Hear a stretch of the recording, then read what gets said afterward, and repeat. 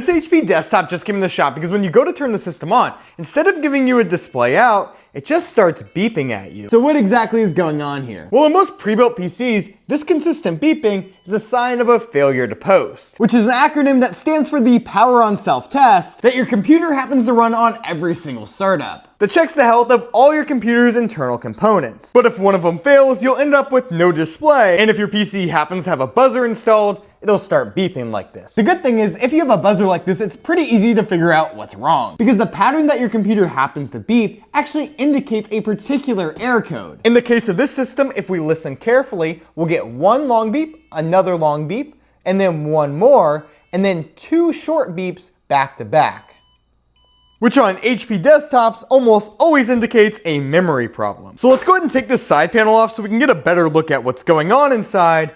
And if we just take a look at those RAM modules, it can't be that simple. You see the little plastic clip right below the second RAM module?